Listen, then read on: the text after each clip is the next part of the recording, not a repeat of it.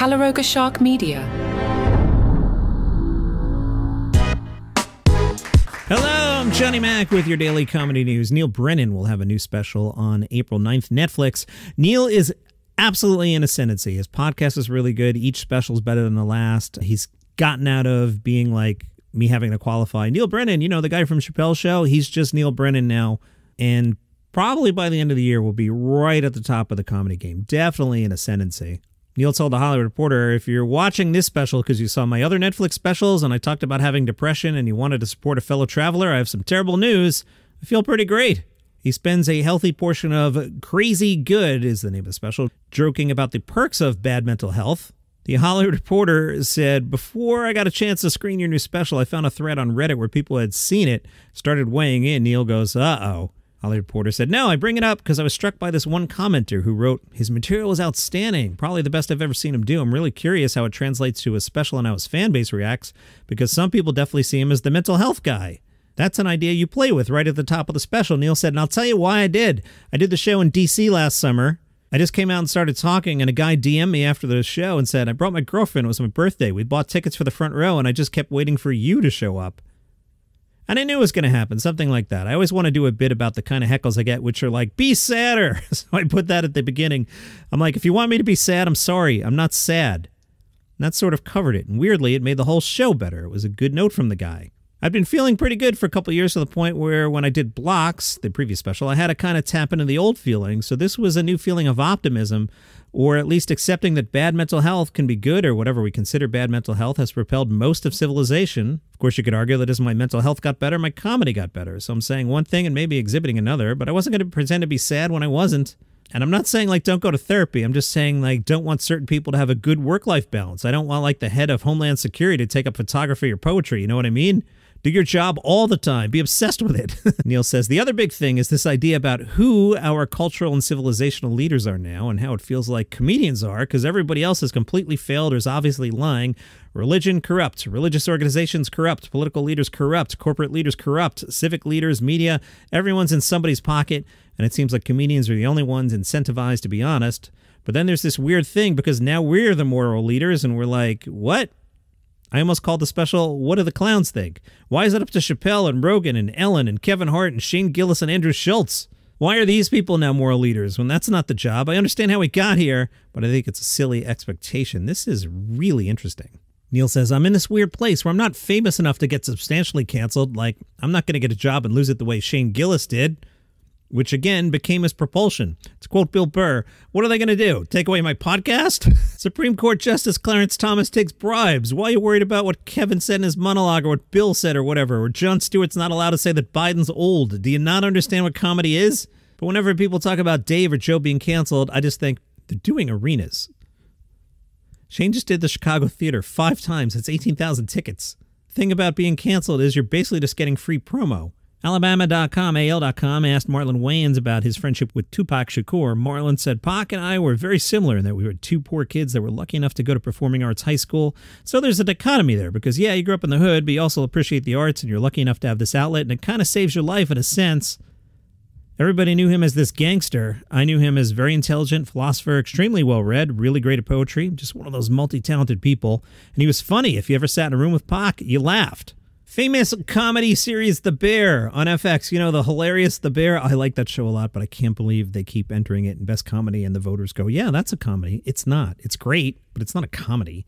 Sources confirmed to The Hollywood Reporter that The Bear has been renewed for a 4th season. They're going to film seasons 3 and 4 back-to-back to accommodate everyone's schedule.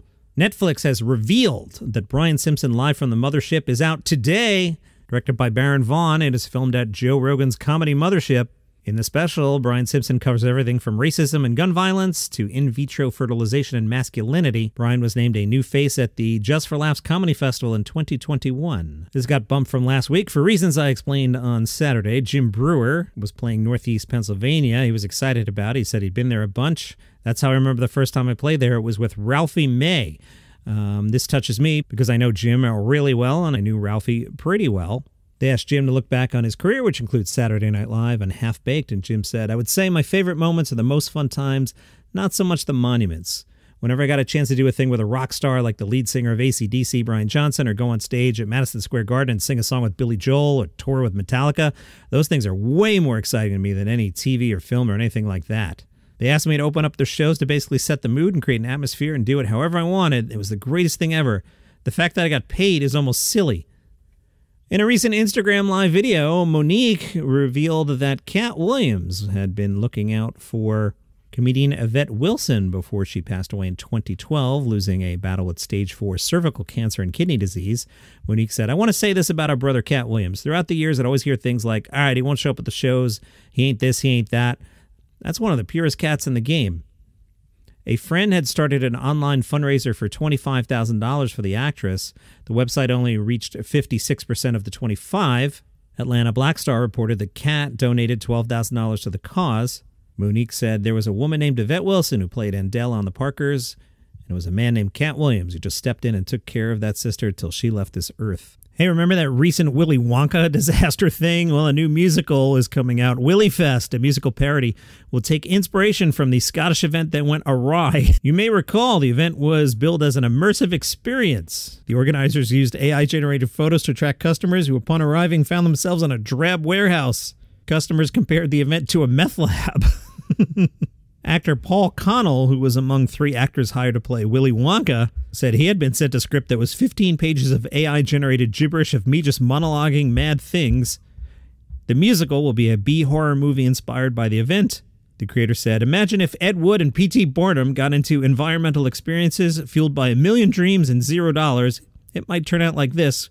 While most see nothing but wreckage in a disaster of this magnitude, we think it screams out, musical!"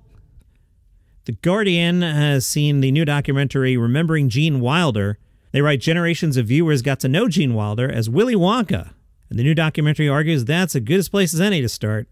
We're transported back to the fond memories of the Candyman's immortal introduction. He hobbles out to meet his adoring public with cane in hand, staggers a bit, starts to stumble, then somersaults himself into a sprightly upright stance. Like so many of Gene Wilder's finest moments, it was a surprise to his scene partners, proving his nimble versatility as a performer. He could mine humor from tension, aggravation, or anxiety, but his desire to keep the public on their toes always gave way to a welcoming friendliness in his art, as in his life. With his mother's heart condition, he had to make her laugh instead of making her angry. Wilder grew up under the premise that comedy and pain were close cousins, evident in the development of screen persona constantly teetering on the brink of a breakdown. The director says he was good as the "why is this happening to me" guy. Wilder's dynamic with co-star Cleavon Little in Blazing Saddles pointed to his next partnership, that one with Richard Pryor. For Blazing Saddles, the executives at Warner's had declared Richard uninsurable and insisted on a replacement. Over the course of 4 films together, Wilder and Pryor would forge a close bond, even though Pryor struggled with addictions that often threw wrenches into the production process. Wilder's final film with Pryor was called Another You. It was also his final film appearance. He did a short-lived sitcom called Something Wilder and a 2-episode stint on Will and Grace. I don't remember Something Wilder. Something Wilder ran on NBC from October 1st, 94 to June 13th of 95. A 50-something husband, Gene Bergman, played by Wilder, and his wife Annie, who's in her 30s, are learning to cope with raising their 4-year-old fraternal twin sons. 18 episodes, 3 never aired. Alice Cooper guest starred in the 14th episode, which was titled Hangin' with Mr. Cooper. Gene unexpectedly finds himself cast on a TV appearance promoting Cooper's new hit single. Marla Maples, she was married to somebody famous at one point, guest starred on the episode Love Native American Style. I have no memory whatsoever of this, but it was 1994, and I was hanging out. The director says, when we talked to Alan Alda, he shared a story about worrying before one of the films he directed came out, what the critics might say. He was commiserating with Gene, who told Alan Alda, "What difference does it make? If they pan the film, so what? Big deal. You made it. It's finished. It's over. Be proud of it." Gene knew how to live life well. Remembering Gene Wilder is in theaters now, and that is your comedy news for today. If you enjoy the program, tell a friend about it. They might like it too. I'll see you tomorrow.